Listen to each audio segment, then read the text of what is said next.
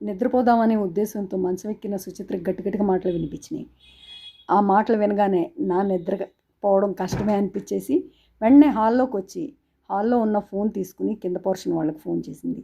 మేము ఇప్పుడే నిద్రపోతున్నాం, మా ఇంట్లో అయితే ఎవరు గెస్టులు లేరండి అని వాళ్ళు చాలా సౌమ్యంగా చెప్పారు.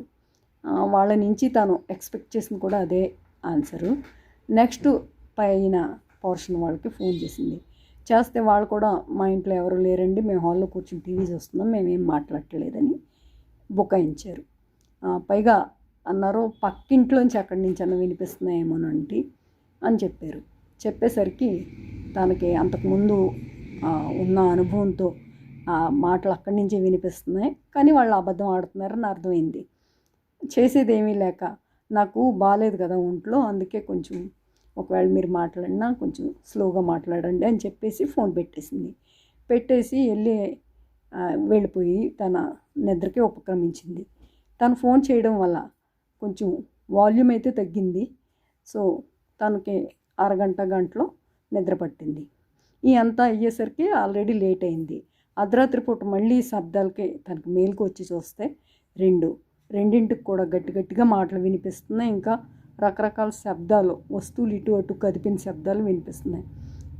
చాలా అసహనంగా అనిపించి వేరే ఇళ్లల్లో అన్నాడు కదా అతను అనేసి గబగబా బయట బాల్కనీలోకి వెళ్ళి తొంగి చూస్తే చుట్టుపక్కల ఇళ్లల్లో ఏ రకమైన అలికిడి లేదు, మాటలు పైనుంచి వినిపిస్తున్నాయి.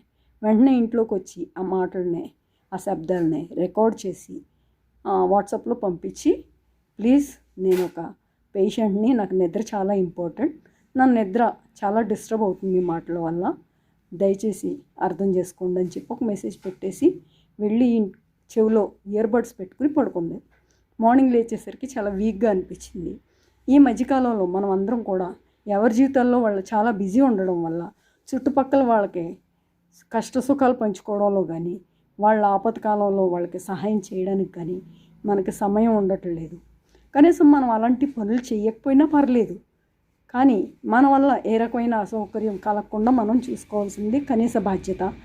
యాజ్ అ నేబర్ మనం పక్కనే ముసలి వాళ్ళు ఉండొచ్చు, చంటి పిల్లలు ఉండొచ్చు, పేషెంట్స్ ఉండొచ్చు, మన ఇంట్లో పార్టీలు, ఫంక్షన్స్, మన ఇంట్లో జరిగే విందు వినోదాలు, వీటి వల్ల చుట్టుపక్కల ఎవరు కూడా డిస్టర్బ్ అవ్వట్లేదు కదా అని గమనించుకుని మనం కనుక బిహేవ్ చేస్తే చాలా బాగుంటుందని నాకు ఈ ఇన్సిడెంట్ చూశాక అనిపించింది.